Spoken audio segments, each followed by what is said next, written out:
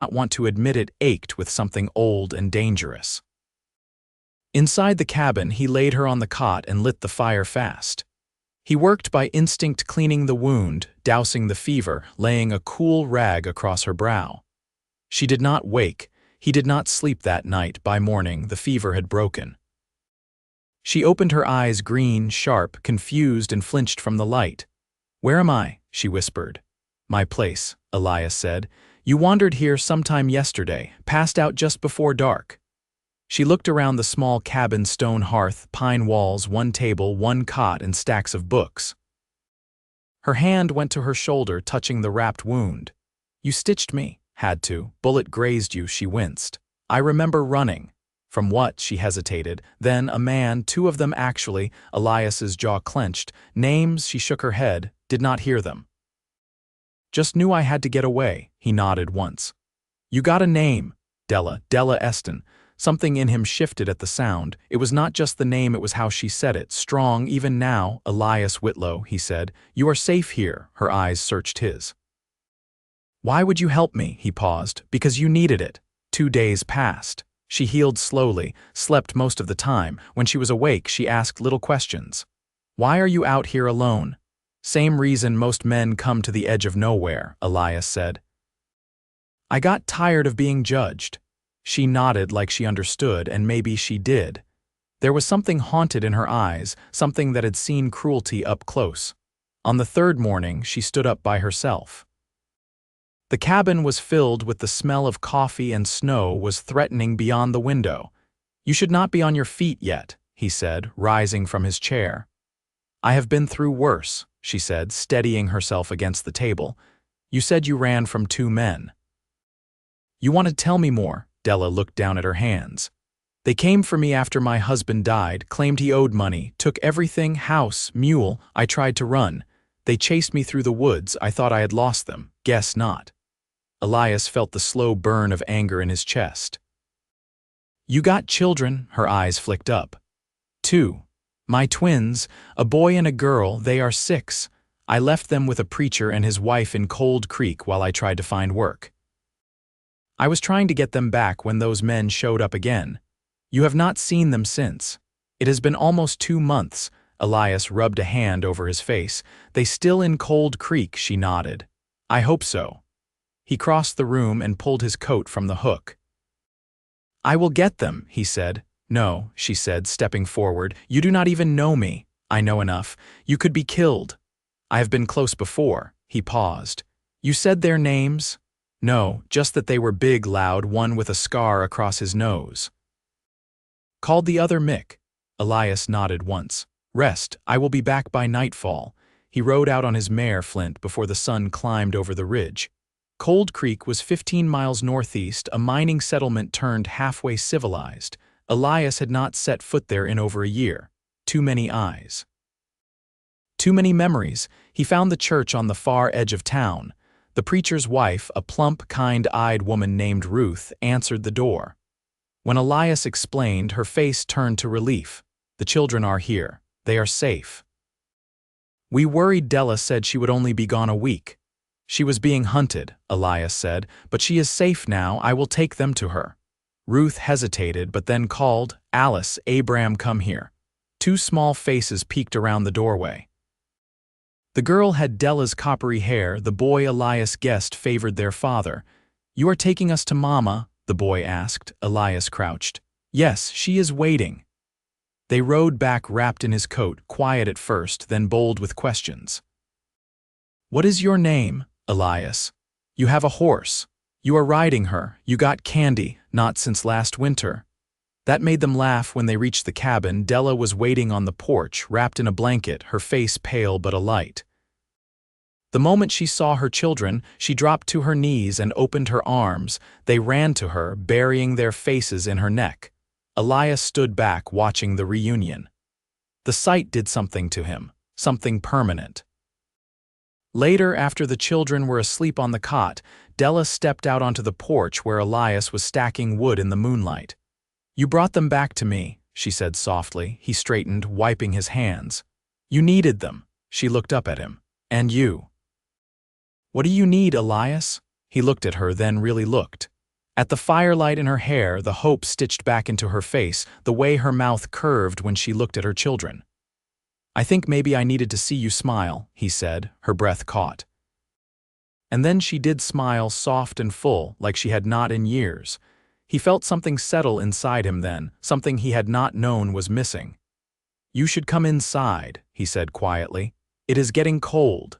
She nodded, and as she stepped past him, she brushed his hand with hers. Just a touch. It was enough. By late November, the wind had started to carry ice across the ridge, and Elias had built a second cot from spare boards and horsehair stuffing, setting it beneath the back window where the sun touched in the morning.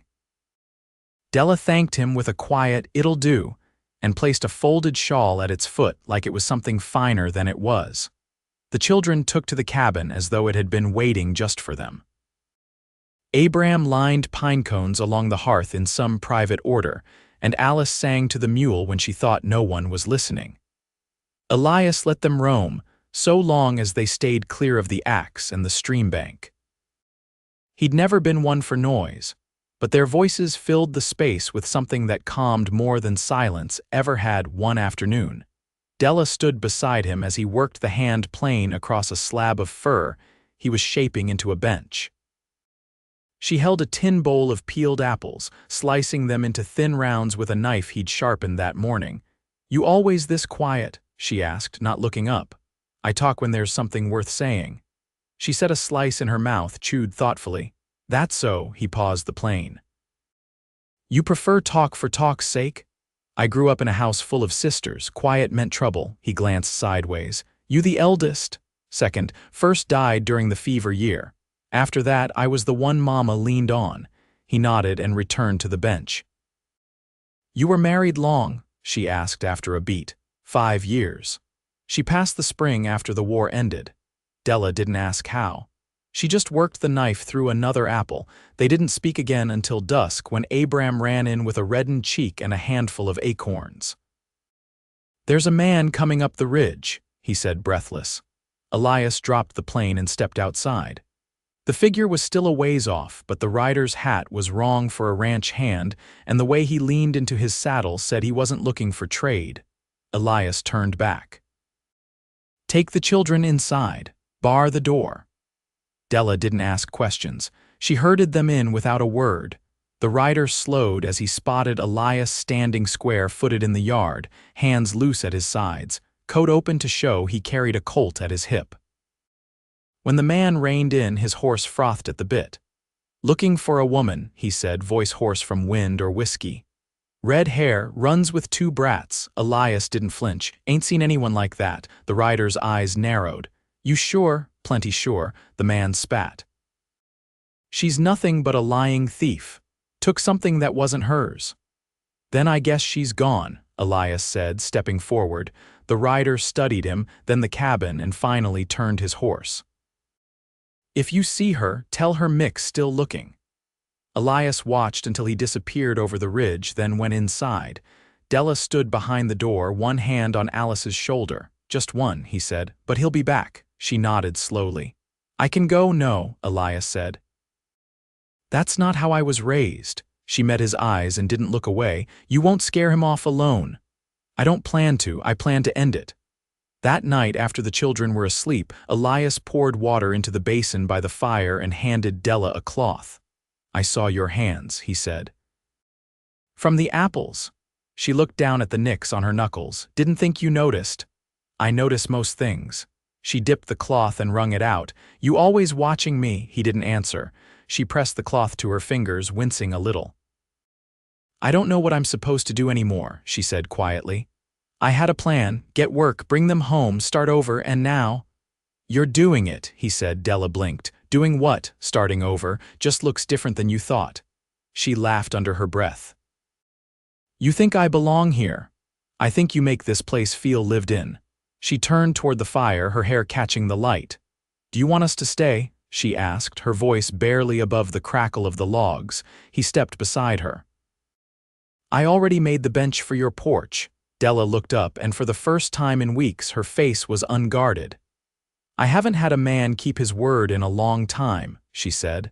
I'm not most men, I'm starting to see that. Just over the place his heart beat steady and sure, he covered her fingers with his. Neither of them spoke. There was warmth enough in the quiet, wind clawed at the cabin walls all night, but Elias stayed near the fire, polishing the rifle he hadn't touched in years. He worked the cloth slow, each pass steady, like quiet could hold off what waited beyond the ridge. He didn't sleep. Neither did Della. She sat on the floor beside the cot where her children slept, knees drawn up beneath her, her eyes fixed on the door. By morning the wind had dropped. Snow had not yet come, but the clouds hung thick and low, the kind of sky that made a man feel watched. "Abram's got a cough," Della said as she poured water from the kettle into a tin cup. "Started sometime before dawn. He's warm, a little, not bad yet." Elias reached for his coat. "I'll check the trapline, bring back something fresh." Della wrapped the shawl tighter around her shoulders. "You sure one of them won't be waiting out there?" He met her eyes. "They wouldn't come in the dark. If they're smart, they'll wait for the next clear day." She stepped into his path. "If you're not back by midday, I'm coming after you." He studied her then. Not the fear he knew that, but the grit behind it. "If I'm not back by then, you'll need to take the children and head south. Cut across the flats, follow the creek." She didn't argue, and that told him more than any words. The forest was still. Snow hadn't fallen, but the frost clung to the lowest branches like breath held too long. Elias followed the path he knew by muscle, each trap checked with practiced care. 2 were sprung, 1 empty, the other holding a hare that had frozen stiff in the night. He gutted it quick and clean, wrapped it in cloth, and turned back toward home. He was halfway down the slope when he caught the glint metal, low to the ground. He froze, dropped into a crouch, and eased forward beneath the cover of a pine bent low with frost, bootprints. 3 sets. 1 fresh. He waited, listening. A twig snapped to the south. He didn't move, then a voice soft and close. "He went this way, tracks are light." Could be he doubled back. Elias backed out the way he came, silent as drift. He took the long way home, following the narrow ravine that ran behind the ridge. He didn't stop until he reached the rear of the cabin, the smoke from his own chimney curling faint into the gray morning. Inside, Della was kneeling beside the cot, pressing a damp cloth to Abram's forehead. Alice sat beside her brother, one hand wrapped around his. "He's warmer," Della said without turning. "I saw 3 of them," Elias said. "One's got a rifle." She stood slowly. "How far off? Too close." "What do? We wait." Della frowned. "For what?" "For them to make their move." She crossed to the window and pulled back the edge of the curtain. "I don't have much left to lose." "You have everything to lose," Elias said. She turned to him, something raw in her face.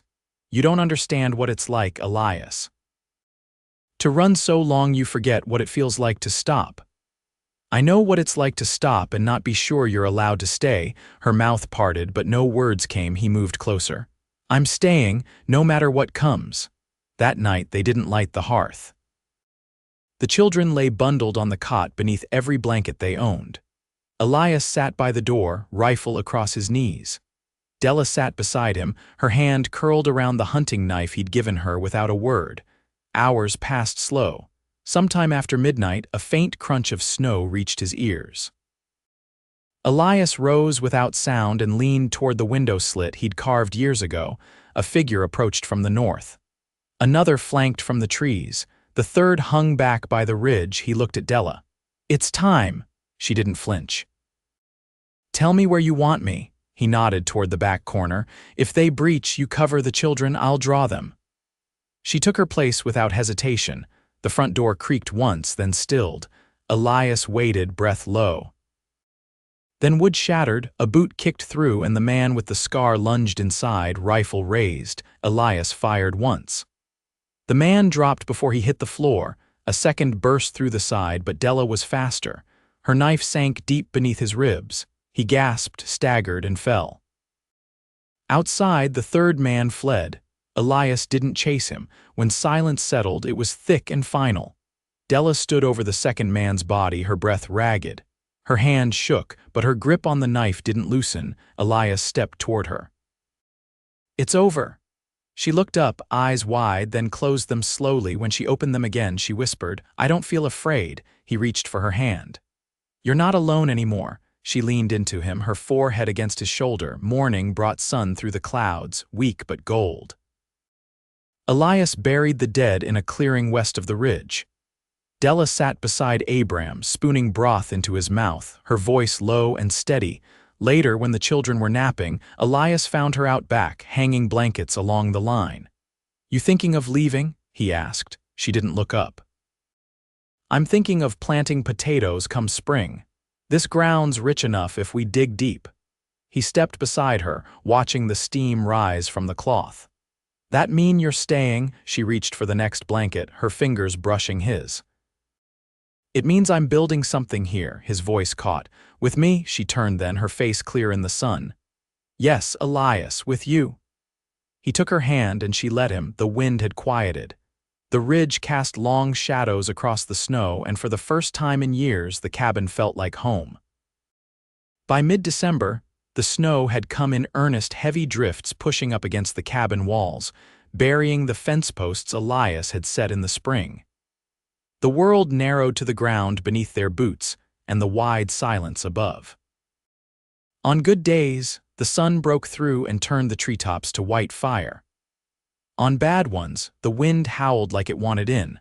Elias had cleared a path to the well early and now stood by the stove, warming his hands as Della measured cornmeal into a basin. She moved slowly, careful not to rattle the tin scoop. Abram had fallen asleep again, curled beneath a quilt with Alice tucked beside him like a bird in a nest. Elias watched her work. "You ever learned to cook on a wood stove before?" She didn't pause. "Had to. My mother didn't believe in waste and fire was cheaper than coal. You miss her, most days." She wiped her hands on her apron. "She died the year the rail came through, said it split her land like a wound." Elias nodded. "We had one run past my uncle's farm down near Abilene. Used to stand on the rise and watch the smoke vanish into the grass." Della leaned her hip against the table, watching the cornmeal thicken. "Funny how something built to carry people can make a place feel more empty. That why you stayed out here instead of heading east?" "I tried the cities once," she said. "Too many eyes. Too many men who wanted something for nothing. You want to be left alone." She looked at him then, long and quiet. "I wanted someone to see me without taking." Elias didn't look away. "I don't take from anyone who's already given too much." She turned back to the pot, but her shoulders had softened. Later, while the children napped and the stew simmered, Elias brought in a narrow cedar plank he'd carved smooth and laid it on the table. He took his knife from his belt and began etching letters into its surface. Della walked past and paused. "What's that for?" "Cabin's got no name, thought maybe it should." Her brow creased. "You naming it after someone, after something," he said. "Two things, really." She came closer, watching his hand move. The letters grew clear, Sundown hollow. She smiled, slow and thoughtful. "That what you call this place?" "No. That's what I call the moment everything changed." She didn't answer, but she reached out and touched the edge of the wood, tracing the grooves with her fingertip. Her breath caught just once. The wind picked up again as the sun fell, and Elias stepped outside to bring in the last of the kindling. The air bit through his coat, but the sky behind the trees burned orange and violet, and the pine tops swayed like they were bowing to something holy. He heard the door open behind him, soft on its hinges. Della stepped out, pulling her shawl tighter. "You always stand still like that?" "Only when I've got something worth looking at." She followed his gaze. "You think we'll make it through the winter?" He nodded. "We've got food, we've got wood. And we've got each other." She was quiet a long moment, then said, "You ever think about starting again proper, not just surviving, I mean?" "I do now." She turned to him, the fading light catching the edge of her hair. "I never thought I'd want that again, after what happened. After what I let happen. But I see the way you watch them, the way you carry things without saying much, makes me think maybe I don't have to be strong every minute." He stepped closer. "You don't, not anymore." She looked up at him then, something soft and certain in her eyes. "Then I won't pretend anymore." Elias reached out and brushed her cheek with the back of his hand, slow and careful, like she might vanish if he moved too fast. She leaned into the touch. "You're not the only one who lost things," he said. "But this feels like something I want to keep." The cold rose around them, but neither stepped back. The cabin glowed behind them, smoke curling from the chimney, the stew's scent drifting warm through the air. Inside, the children stirred but didn't wake. Della took his hand in both of hers, held it against her chest, and nodded once. He understood. No more running. No more hiding. The ridge stood quiet behind them, and the night settled soft, as if the land itself had finally exhaled. The thaw came slow that year, waiting until mid-March to lift its weight from the land. When it did, it came in murmurs, drips off the eaves, the first green tips along the creek, the soft groan of ice breaking beneath the surface.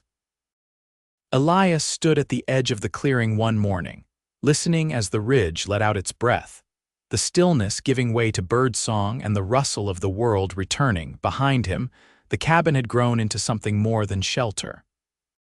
He'd added a second window by the back wall to bring in the light, and built shelves for the children's books Della had traded for with the last of her silver combs. On good days, she read aloud while Elias worked near the door, carving handles or mending gear, the sound of her voice curling in the air like the scent of baking bread. She stepped out onto the porch now, brushing her hands on her apron. "Ground soft enough to plant." Elias shaded his eyes with one hand. "We'll need to clear the lower patch first, that soil's better." She leaned her shoulder against the post. "You still planning to put in that second pen?" "I am. With the mule and the goats, it's tight back there." She touched the edge of the railing, then glanced over her shoulder toward the open door. "They're still asleep." Alice was up coughing. Elias turned to face her fully. "You worried?"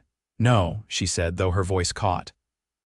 "Just watching them breathe sometimes is enough." He nodded once, then looked out over the slope. "I've been thinking of building something else." She stepped down into the grass, bare feet damp with melt. "What sort of something?" He hesitated, then said, "A room, off the back, for the children." "So they've got space of their own." Della tilted her head. "That's not just a room, that's a promise." "I know." She crossed the yard, her hands folded under her arms against the chill. "I didn't expect this," she said. "Not really. I thought we'd survive the winter, then drift apart like snowmelt into the river." "I couldn't drift from you, Della." Her breath hitched, but she smiled. "I've been carrying so much, Elias, guilt mostly, for the things I let happen. For the things I couldn't stop. You never had someone to share that weight with? I do now." They stood close, the air between them warm despite the frost still clinging to the shade. She reached out and rested her palm flat over his chest, feeling the steady thrum beneath his flannel shirt. "Do you think," she said, eyes searching his, "we could make this official?" Elias's gaze didn't move from hers. "I'd marry you right here in the field if the preacher'd brave the mud." She laughed, raw and bright. "I think Ruth would come. She always liked to meddle." "I'd have to find a ring." "You already gave me something better." He frowned slightly. "What's that?" "A home," she said. "And your name if you'll give it." He swallowed. "You sure?" Della nodded. "I've never been more." 2 weeks later, Ruth arrived in a wagon pulled by a stubborn gray gelding, her husband beside her with a Bible and a flask of cider. The children wore clothes Della had sewn from spare muslin and wool scraps, and Elias stood tall in his only coat, brushed clean and smelling faintly of smoke. They married in the clearing, with the ridge behind them and the sky open above. Alice scattered dried petals from an old pouch Ruth had brought, and Abram stood beside Elias like a solemn guard, his hair slicked and his boots too big when the preacher said, "You may speak your vow." Elias took both of Della's hands and said, "I'll keep you warm and I'll keep you safe. I'll carry what's too heavy and I'll never walk ahead or behind, only beside." Della's eyes brimmed, but her voice was steady. "I will hold your silence like it's something holy. I'll make this place a haven, and I'll love you through every season the land gives us." The preacher pronounced them husband and wife, and Ruth cheered loud enough to startle the mule. That night, after the children had fallen asleep beneath quilts Della had stitched with their names, Elias and Della sat on the porch, watching the stars rise sharp and bold above the trees. "You think they'll